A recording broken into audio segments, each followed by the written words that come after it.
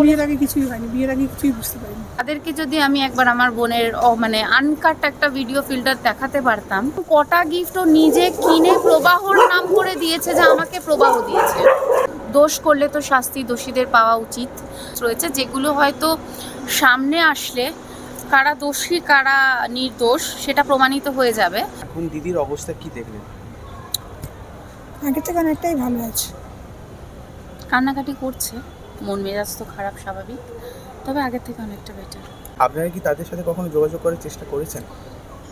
যেদিন ঘটনাটি ঘটে হসপিটালে ভর্তি করার পরেই মা ফোন করেছিল, এবং তারপর থেকে তাদের তরফ থেকে বা তারা ওর হাজব্যান্ডের তরফ থেকে কোনো রকম কোনো আমরা রিপ্লাইও পাইনি, কোনো রকম যোগাযোগও পাইনি। এবং তার পরের দিন থেকেই, মানে যেদিনকে ওকে ভর্তি করা হয় সেদিন পরের দিন সকাল থেকেই এই জোম্যাটো সুইগি আমরা দেখছি, বাট কোনো রকম কোনো রিয়াকশান দেখিনি। আপনারা কি কোনো স্টেপ নেবেন?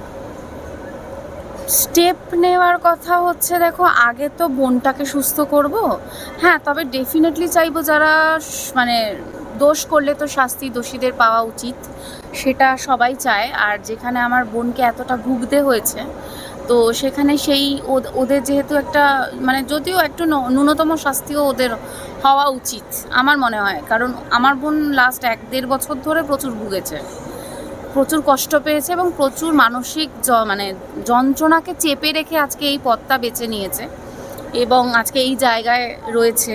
যারা মানে ওদের সাথে যার সাথে দেখা হচ্ছে তারা জানে যে ওর কী কন্ডিশন, এবং অনেকেই ভাবছে এটা পাবলিসিটি স্টান্ট, দুতরফা শোনা উচিত, সোশ্যাল মিডিয়াতে মানে ছড়ানোর জন্য বলা হচ্ছে, ওর টাকার প্রয়োজন, কম্পেনসেশনের জন্য এই সমস্ত করছে, পাইলটকে বিয়ে করেছে তাই জন্য। বাট তাদেরকে যদি আমি একবার আমার বোনের মানে আনকাট একটা ভিডিও ফিল্টার দেখাতে পারতাম,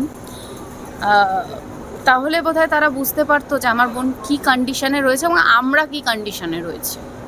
রাত্রিবেলা ঘুমোতে পারি না, সেই মানুষটার মাথায় কি ঘুরছে আমরা বুঝতে পারি না। তো এইগুলো একটা ট্রমা, শুধু যে এই ঘটনাটি চেষ্টা করছে তার জন্য নয়, পুরো পরিবারের জন্য ট্রমা। আজকে নাওয়া খাওয়া সব কিছু ভুলে আমি মা এখানে বসে রয়েছি, সব কিছু কীভাবে কি হবে, ডাক্তারের সাথে কথা বলা, ও কেমন আছে, ও কীভাবে ইমপ্রুভ করা যায়, ওর মেন্টাল হেলথ কীভাবে ইমপ্রুভ করা যায়, তো এইগুলো তো সব মিথ্যে নয়।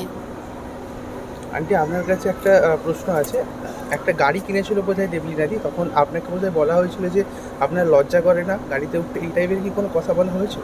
হ্যাঁ বলেছিল, তবে আমি এখন ওই কথা পুরোনো টপিক তুলতে চাইছি না। বলেছিল আমাকে অনেক কিছু, আমি এগুলো পরে বলবো, সময় আসুক ঠিক পরে। অনেক কিছু, আরও অনেক কিছু আছে, আমি সেগুলো এই মুহূর্তে আমি বলবো। বিগত 1.5 বছরে যা যা ঘটনা ঘটেছে সেটা 1.5 মিনিট বা 15 মিনিটে বলে ওঠা সম্ভব নয়, ডেট বাই ডেট আমি মনে রেখেছি, এবং সময় বহু জিনিস রয়েছে, যেটা বেশ কিছু পার্সোনাল থিংস রয়েছে, যেগুলো হয়তো সামনে আসলে কারা দোষী কারা নির্দোষ সেটা প্রমাণিত হয়ে যাবে, এবং কে নাটক করছে কে নাটক করছে না সেটাও প্রমাণিত হবে। এবং আমাদের কাছে প্রচুর প্রুফ আছে।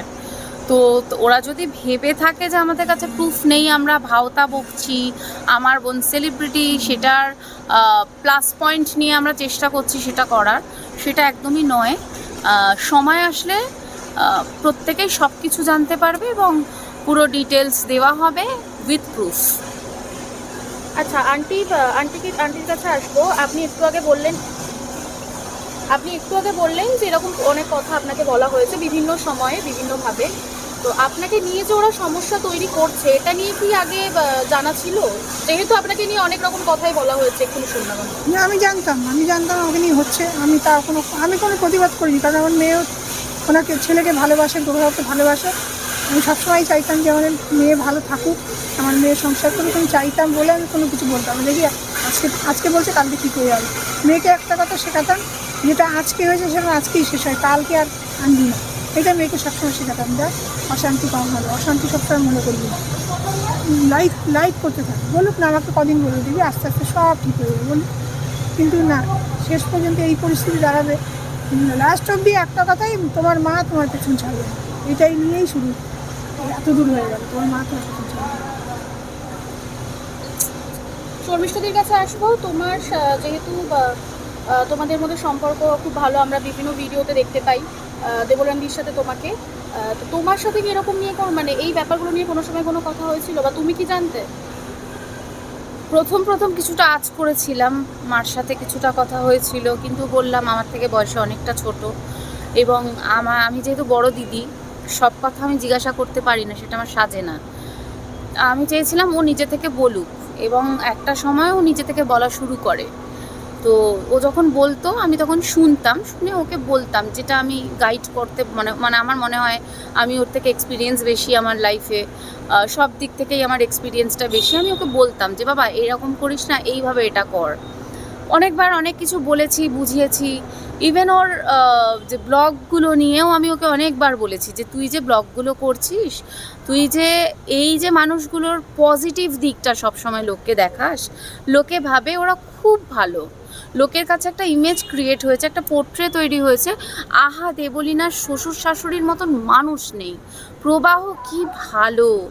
কিন্তু আমি যারা এই ব্লগগুলো দেখেছে, এখন যারা প্রশ্ন তুলছে যে আমার বোন গোল্ড ডিগার, তাই জন্য সে ক্লেম করছে, মানে ক্লেম করার জন্য, কম্পেনসেশনের জন্য এসব করছে, তারা কি কোনোদিন একবারও দেখেছে যে প্রবাহ কতবার কটা গিফট দিয়েছে? আমার বোন তো ডিটেলস দিতে পারবে যে ও কটা গিফট দিয়েছে, এবং কটা গিফট ও নিজে কিনে প্রবাহর নাম করে দিয়েছে যে আমাকে প্রবাহ দিয়েছে। একটা মানুষ আরেকজনকে কতটা ভালোবাসলে তার নাম সুনাম করার জন্য নিজে গিফট কিনে তাকে দিয়ে বলে যে এটা আমার হাজবেন্ড আমাকে দিয়েছে। একদমই। আর দেবলীনাদি তো যথেষ্ট প্রতিষ্ঠিত নিজের জীবনে, সেখানে তার কম্পেনসেশনের দরকার নেই। এবং প্রবাহ নন্দীর থেকে আমার বোনের রোজগারও অনেক বেশি, এবং আমার বোন প্রবাহ নন্দীকে চালানোর মতন ক্ষমতা রাখে। তাই পাইলট আখ্যা নিয়ে কিছু হয় না, সবসময় পাইলট শিক্ষিত, তাই জন্য তারা ভদ্র হবে। আমি বেশ কিছু মানে দুদিন আগেও দেখছিলাম অনেকেই বলেছে কথাটা, আমিও বললাম সত্যিই কথাটা তাই, শিক্ষিত হলেই মানুষ মনুষ্যত্ব থাকে না। দিদি, দেবলীনাদি কি কোথাও একটু সমাজকে ভয় পেতেন? সমাজকে দেখো অনেকেই ভয় করে, অনেকেই এড়িয়ে চলে যে সমাজ কি বলবে, সোসাইটি কি বলবে। আজকে আমি যদি একটা সেপারেশনের পথ নিই, লোকে বলবে ওই দেখ সেলিব্রিটি তো, ওদের বিয়ে বেশি দিন টেকে না। এই জিনিসগুলো না মানে আমার মনে হয় মধ্যবিত্ত ফ্যামিলি থেকে আমরা যারা বড় হয়েছি প্রত্যেকটা মেয়েই ভয় পাই।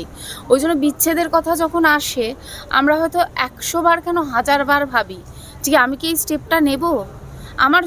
আমি অনেকবার বোনকে বলেছি যে তোর তো কোমরের জোর রয়েছে, তোর মাথার উপরে ছাদ রয়েছে, আমরা তোর সাথে আছি, যদি মনে করছিস প্রবলেম হচ্ছে, থাকতে পারছিস না, স্টেপ নে, কিছু বল, ডিসিশান নে, এভাবে হয় না। কিন্তু ওই আমি তো এই জন্য দিদিভাই বিয়ে করিনি, আমি তো সংসার করব, আমার এক ছোট ছোট বাচ্চা হবে, আমি সেই ভেবে বিয়ে করেছি।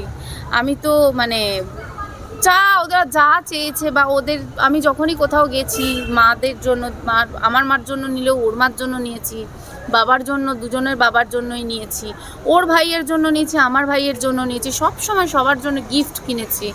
হ্যাঁ, এবং ওদেরকে যথেষ্ট সব কিছু ভালোবেসে করেছি। তো এবার ঘটনাটা হচ্ছে যে মানে এত কিছু করার পরেও যদি ওরা নেগেটিভ হয়, তো সেখানে তো। আচ্ছা আন্টি, সকালে যে লাইভটা আমরা দেখলাম দেবলীনাদির পেজ থেকে তোমাদের, সেখানে আন্টিকে মানে আন্টি বলেছেন যে প্রবাহদাকে ছেলে হিসেবে থাকার কথা, বা তো কোনোদিন এক্সপেক্ট করেছিলেন এরকম? না, আশা করিনি, কোনোদিন এরকম আশা করিনি কোনোদিন, যার জন্য আমি বলেইছিলাম আমার যদি জামাই হয়ে আসবে না, ছেলে হয়ে আসবে। আচ্ছা, আর বিয়ের আগে তো দেবলীনাদি তো অনেক আগে থেকেই স্টেজ প্রোগ্রামগুলো করতেন, এবং অনেক সেটা ছোট থেকে। হ্যাঁ অনেক আগে থেকে, অনেক ছোট থেকে। তো বিয়ের আগে এগুলো নিয়ে কি কোনো সময় কোনো কথা না, উঠেছিল যে করতে দেওয়া হবে না বা বিয়ের আগে সমস্যা হচ্ছে? অনেকবার ওদের গাড়ি করে শো দেখতে গেছে, অনেক জায়গায় গেছে, বিয়ের পরেও গেছে, কিন্তু ওরা কেন যে আমাকে মেনে নেয়নি ভগবান জানে। ওনারা তো যাচ্ছেন অডিয়েন্সের মতো, দর্শকের মতো ওনারা যাচ্ছেন, গাড়ি থেকে নামছেন, শো দেখছেন, কিন্তু আমার যে কাজগুলো আমার করতে সেগুলো তো আমাকেই করতে হতো, তার জন্যই আমি যেতাম। একদমই। আর একটু আগে যেটা বলছিলেন যে দেবলীনাদির কাজকে হয়তো প্রবাহদা বা তার পরিবার সম্মান করতো না, তো কোথাও গিয়ে তাহলে হয়তো বাধা দিচ্ছিল এই কাজগুলোর জন্য, তো সেটাও কি বিয়ের আগে এরকম কিছু? না, বিয়ের আগে কিছুই হয়নি, বিয়ের আগে কিছুই বুঝতে পারিনি, আচ্ছা, এখন গিয়ে সমস্যাগুলো তৈরি হচ্ছে। সমস্যাগুলো এখন তৈরি হচ্ছে।